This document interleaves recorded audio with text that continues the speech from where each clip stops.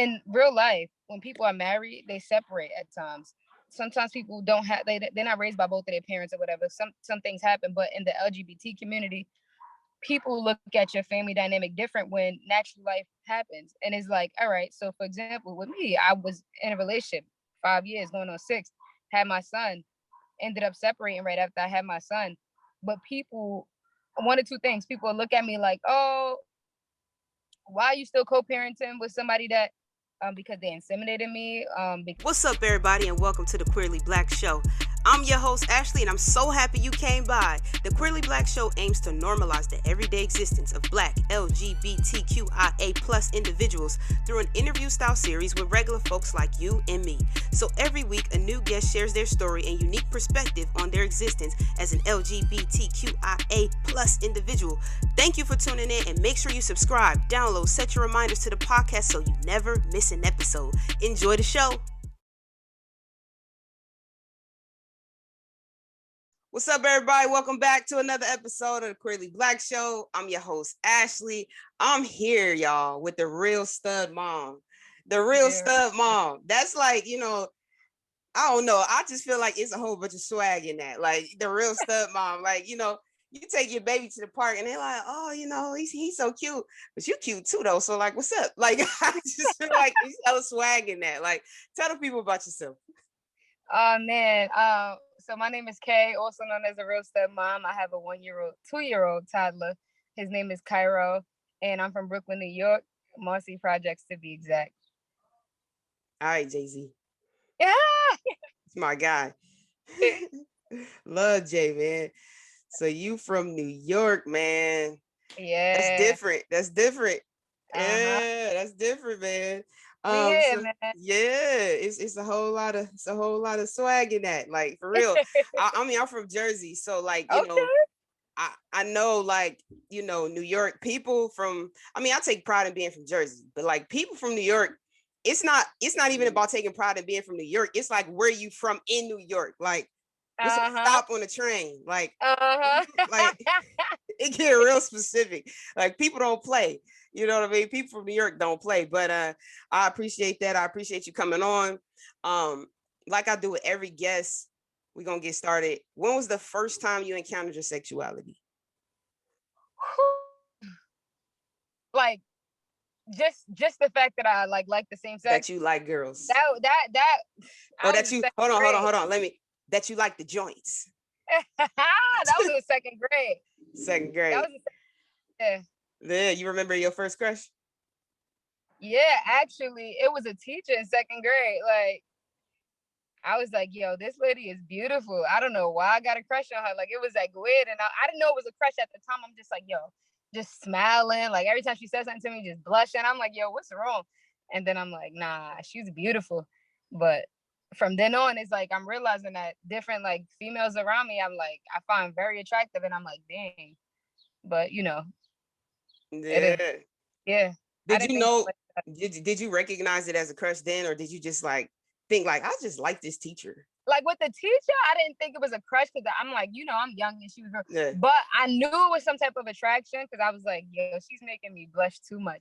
But when I started to like have friends who were like females and in my classroom and stuff like that, and we were like play, I would say we would flirt because like the way they were like, playing around with me, I'm thinking this like right. So I was just like, you play with me the wrong way. You out right. there. I'm like too loud. Like I'm too loud.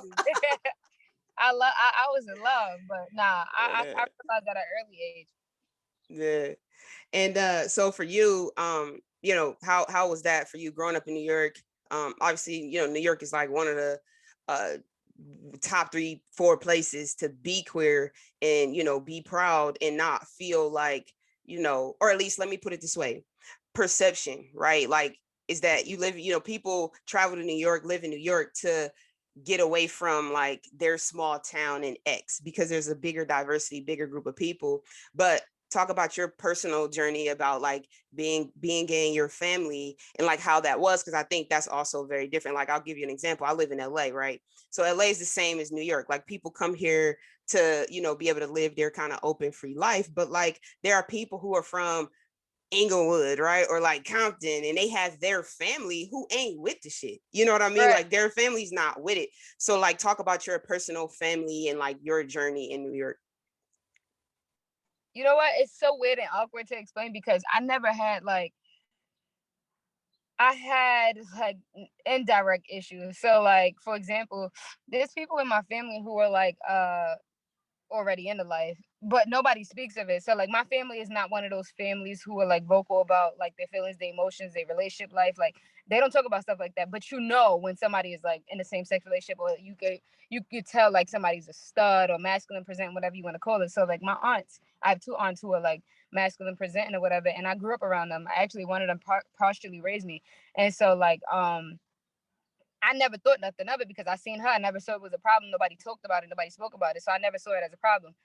I think I was about like 18 when I realized that um my family would my family like outlook and perspective on it, because like my mom and my stepdad would watch like Medea shows, and or like the news would come on about some LGBTQ stuff, and they'll make like bad comments about it. In my head I'm like, dag, that's crazy. Like, I never knew that this was even a thing, because everybody in my family is like very like diverse when it comes to relationships and nobody talks about it. But from that perspective, it made me a little shy to like bring somebody home and be okay and present myself as such. It was never a conversation in terms of like, oh, I like girls. It was just like life happened. As I got older and I started to have more freedom, they saw what I was around, who I was around. And then like I think probably when I had my son, it just told it all. So it was kind of like that. It wasn't like a sit down like, yo, mom, I like girls type of thing. Yeah. So did you like you recognizing that your aunts were queer, and like did you ever ask about that? Like in your own, it just was what it was. Yeah, like you know what? Because I never grew up like that. Like I never grew up with my family being open and like asking questions and like questioning somebody's lifestyle and stuff like that. Everybody just did their own thing. Nobody really worried about the next person. So Good. So let's talk about like being in the community, right? And like the different people within the community. Um what has been your experience with like the diversity of the different people? So like you mentioned, like people could be in the community but against the community. What does that mean to you? oh yeah, so what I was what I was basically saying is that, like for example, me having a son, right? So people live in this fairy tale world of like, all right, when you do insemination, or if you in the LGBT community and you have a child, that this family dynamic is gonna stay together forever. Like even if you marry, you have a kid, it's never gonna end. It can never end, like no matter what. In real life, when people are married, they separate at times. Sometimes people don't have they're not raised by both of their parents or whatever. Some things happen, but in the LGBT community, people look at your family dynamic different when natural life happens. And it's like, all right, so for example, with me, I was in a relationship 5 years, going on 6, had my son, ended up separating right after I had my son. But people, one or two things, people look at me like, oh, why are you still co-parenting with somebody that because they inseminated me, because this is how life happens, like, but because it wasn't a biological thing, you're being prejudiced a little bit against your own kind by saying like, why would you be co-parenting? There's no biological connection. So it's like, what if somebody told you there's no biological connection between your wife and you, who's Yeah. like in a relationship? So the relationship don't make a biological connection, baby. So it's like people would say like, oh, how you co-parenting, or how you doing, or like if there's problems within co-parenting, it's like, well, I would have just took the kid. It's easy to do that, but like when you are mature, it's like, well, of course anybody can run with a kid because they can't take me to court. But is that okay? Yeah. And I don't feel right now if that person does something to harm my child, or if that person tells me that they don't want to be his parent or something, that's a different story. But if they are struggling with being a parent, that's something that co-parenting is for. Like you communicate, people argue, people go sometimes without speaking, like that happens. But I can't take back the fact that this already happened. And so of course people think because in a same-sex relationship, it's like you could just erase it and start over, call somebody else's mom.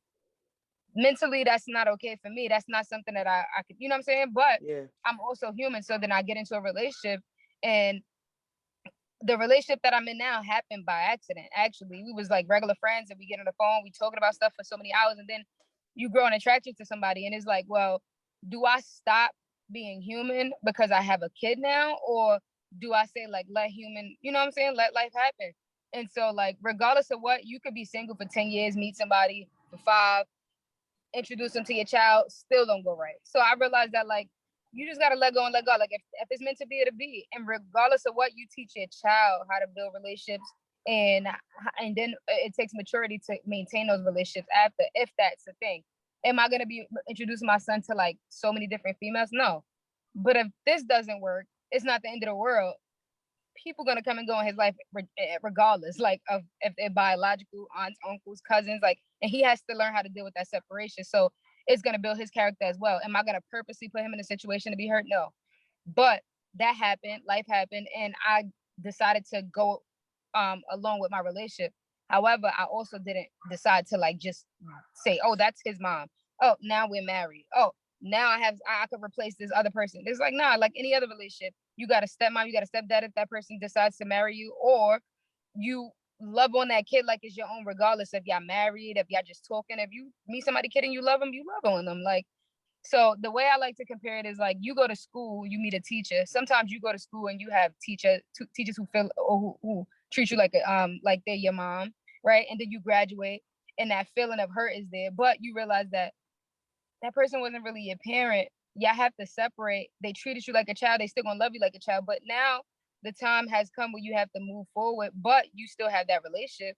That relationship don't go nowhere, right? Like, you just have it in a different way. You're not gonna see this person every day anymore, but you can find out how to see them whenever it is, you know what I'm saying, convenient for the Yeah. both of y'all.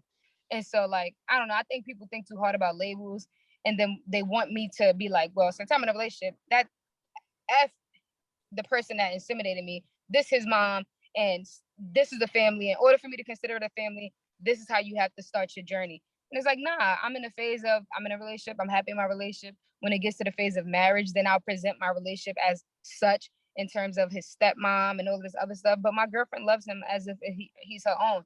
And that's natural love. So you don't stop Yeah. natural. Yeah. So I don't know. But I don't Yeah. there's a lot of controversy in terms of that. So I just don't even talk about it.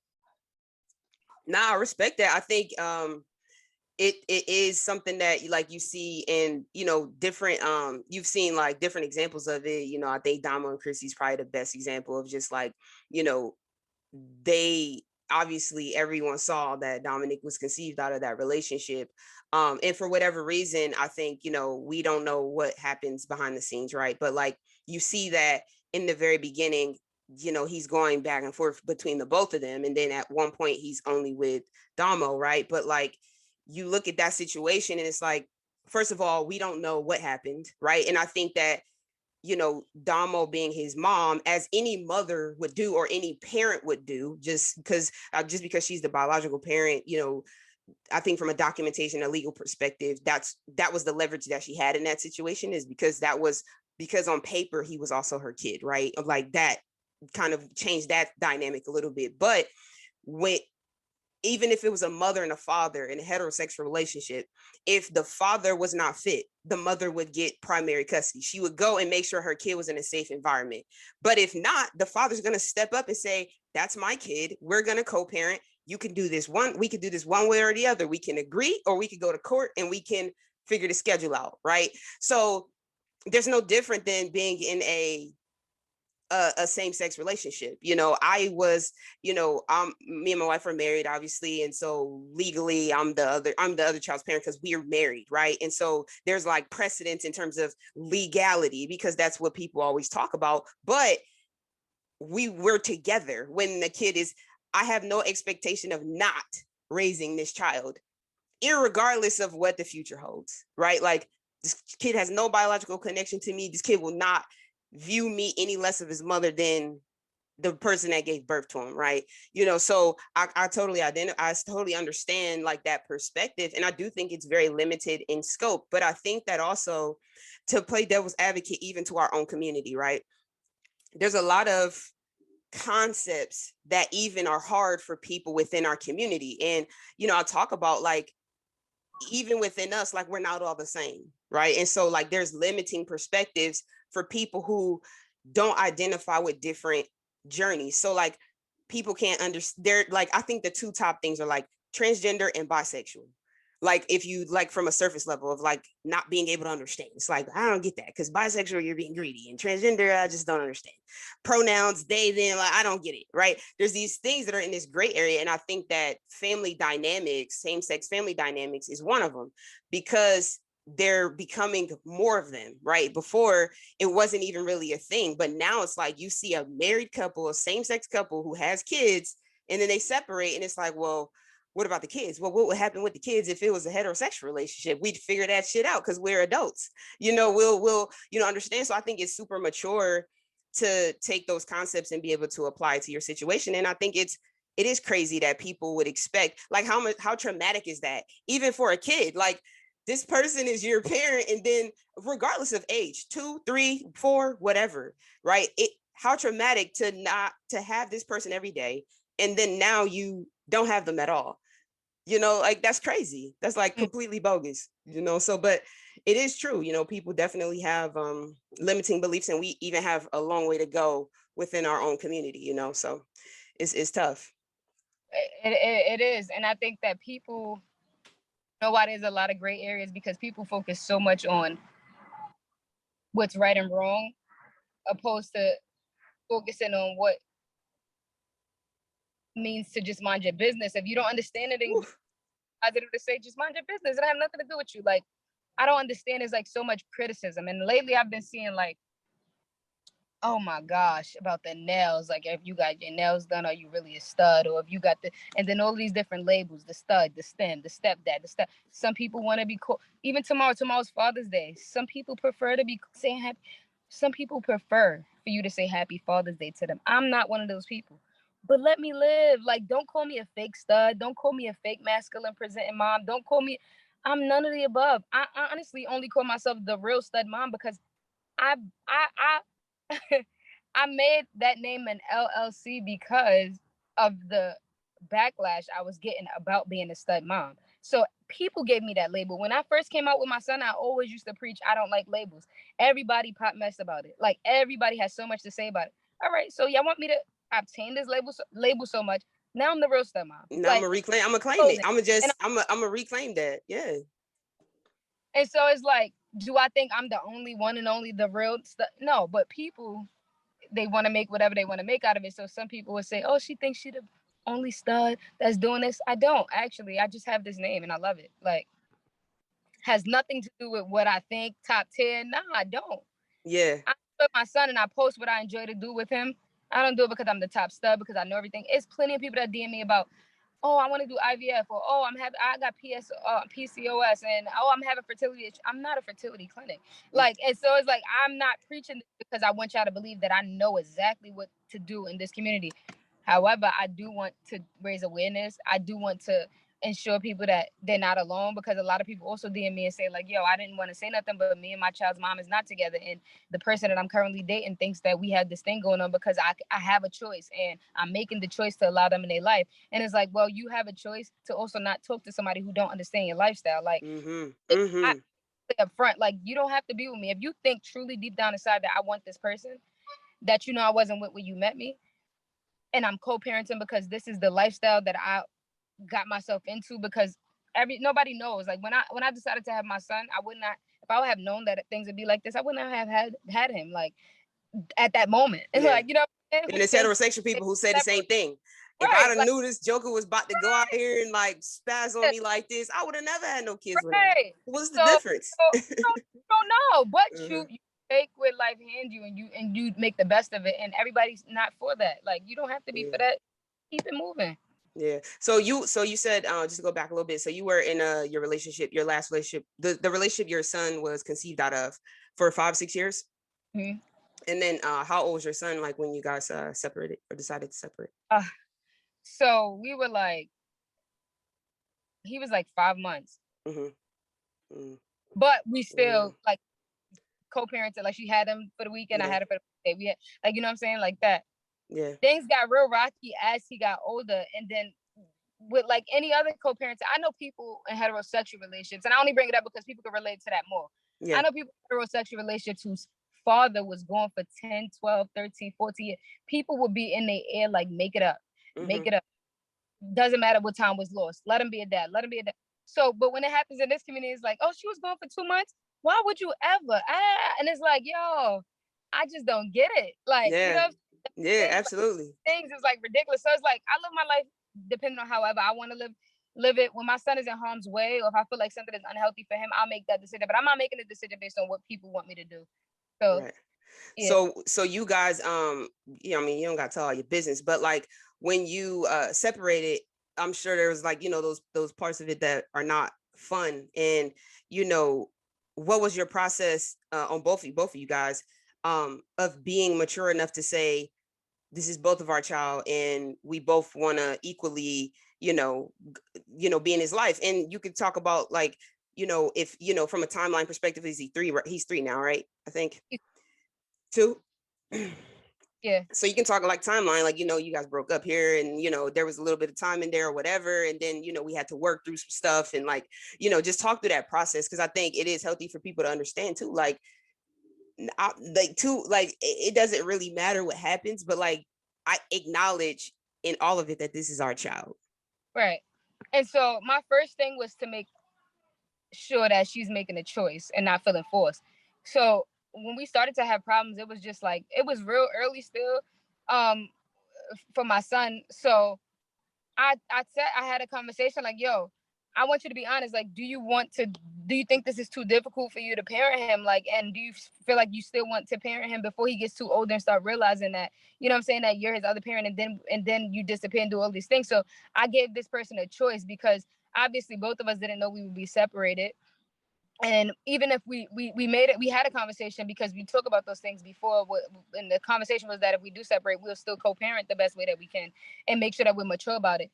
And so it was more so like, yo, I know we made that agreement, but I don't want you to feel forced because you decided that you made that agreement and now it may be too hard for you, or you might not know. Your kids is older, so you might not even remember how to like do this, and he's still young and you trying to do it on your own. If you feel like you can't live up to this responsibility, you still have a choice.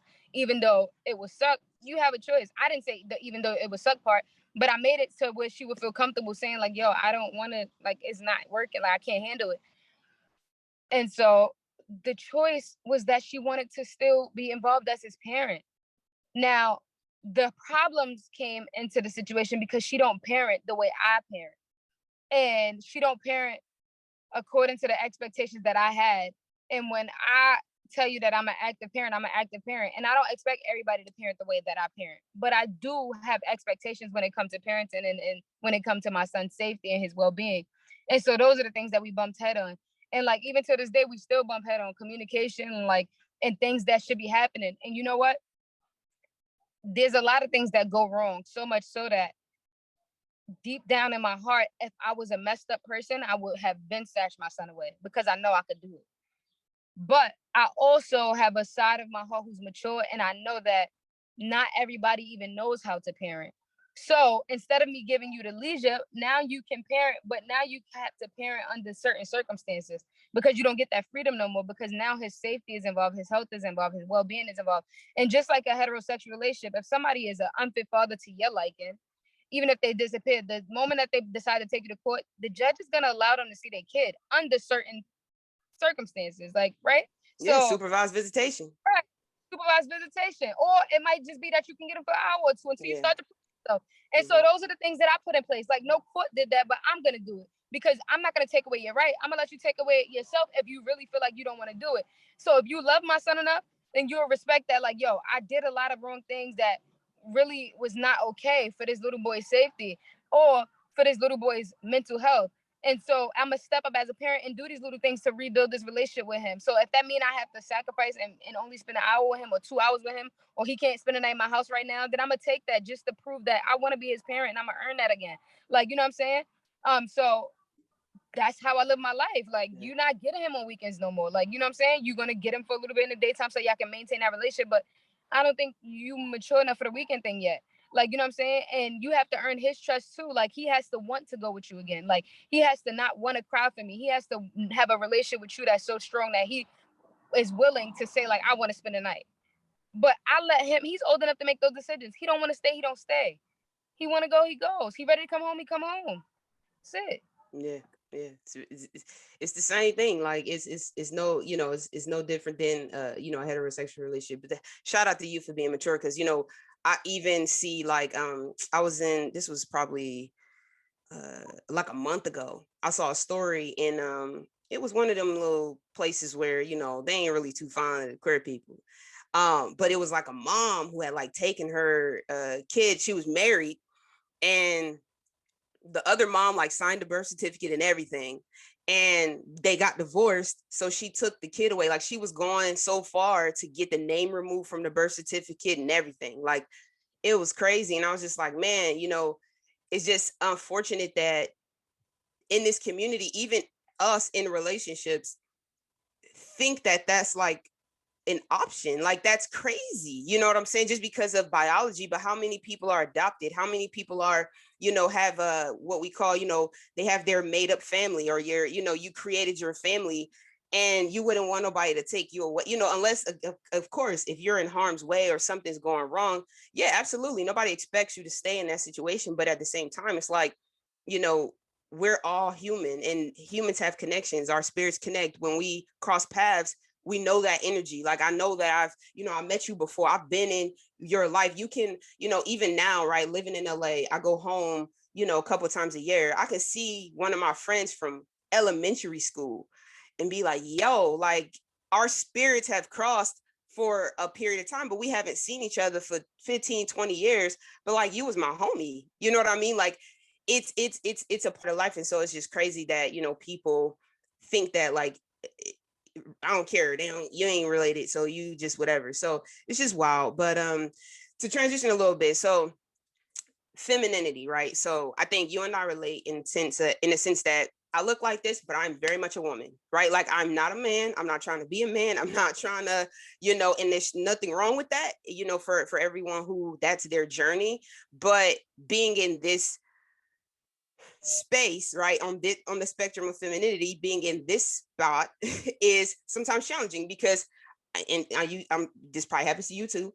You know, people call you he, or people, you know, don't, you know, they'll say things that are very much like, oh yeah, you got it, you know what I'm saying, you it, like that energy of like it's like I'm a man. It's Right. like, I'm so not a man, right? Like, I honor who I am as a woman. I honor that part of me. I am very much she. I am, you know, I don't get offended when people do it like he, because I understand why that's happening. Like, you haven't loaded my profile. You don't see that, you know, my boobs are bigger than any woman who wearing a tube top ever. You know what I'm saying? You haven't loaded my profile. I'm gonna give you that, right? But it is challenging because people associate you when you're making connections with masculinity or a man. Like, oh yeah, you want to go over there with the fellas. Like, I don't drink beer. I don't want to go sit with them. Like, I want a martini with, you know what I'm saying, some sugar on the rim. Like, that's me. I'm not trying to, you know, watch football all fucking day on Sunday. Like, that's not my vibe, right? Like, I want to watch, you know, HGTV. Like, I got some DIY projects I'm working on, you know. So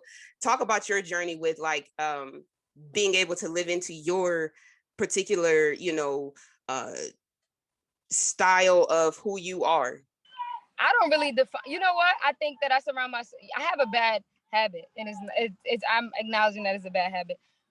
I have like this low tolerance thing. So if I don't expect nobody to address me no other way than what they assume, right? Because that's what natural humans do. When they see you, you judging the book by its cover. So whatever it is that you think this person may feel like or look like, you're gonna assume. Now, when I tell you though what I am, do, would like to be called as, and you do otherwise, I just don't mess with you no more. I don't associate myself with you. I don't surround myself with you, because I don't want to feel uncomfortable in your presence for being myself.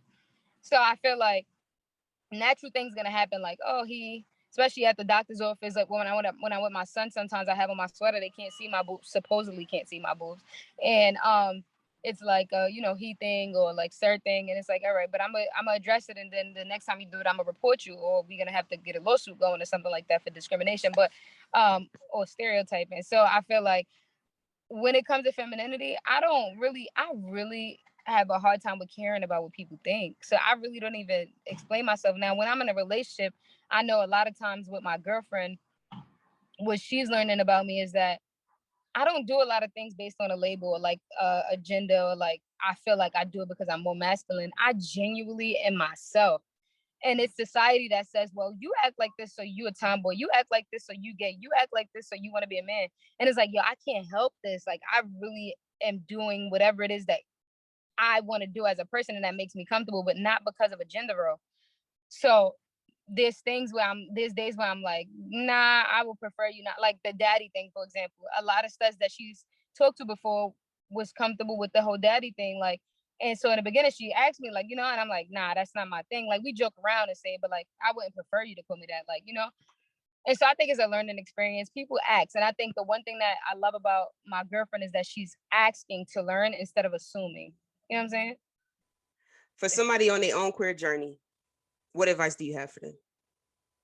For somebody that's on their own Queer career. journey. So yeah, queer, LGBT. Yo, the best thing you could do is just be comfortable with who you are. Because when you comfortable with yourself, nobody can stop your flow. Like, if you wake up in the morning and you okay with this and you okay with who you are, then nobody really matters. Like, honestly, for a long, long time, and even sometimes now, like, I have a bad habit of like getting a little shaken up about how my family will perceive certain things or like will feel. Now I post on social media. First of all, it's hard for them not to see it, because sometimes you go viral on certain things. Like, everybody on social media, they're gonna see. Like, so it's like, I'm okay with me though. So I'm in a better space, and I don't care who criticizes it, like what they think about it, and like I'm just good. Same thing with my son, same thing with my lifestyle, the same thing with the way that I had him, like the comments that people say, like he gonna hate me, I'm going to hell, like insemination, I had him in a factory, like all these things, like, and it's like the love that my son gives me, nobody can ever, like, what I'm saying, compete or compare. Yeah, I feel you. Tell the people where they can find you. The Real Stepmom on everything, man. I on YouTube though, I had to make it a little different. So it's The Life of the Real Stepmom, and I'm gonna start posting way more now that my semester is over and summertime is about to get active. On Instagram at The Real Stepmom. And you'll probably see The Real Stepmom in The Real Stepmom store, because I also have merchandise that I'm gonna get back into. Semester's over, I'm tapping back into that. And on TikTok, The Real Stepmom. Dope, And if man. you're from Brooklyn, if you're from New York City, and you want a haircut, I'm a barber as well. So you can find me at K Styles the Barber on Instagram as well. Dope. Go get y'all a haircut. All right, man. Thank you so much for coming by. I really appreciate you sharing your story, being open, being transparent. Definitely gonna help somebody. And yeah. Hey man, y'all already know it's another episode of the Queerly Blax Show. I'm your host, Ashley. I'll catch y'all on the next one. Peace.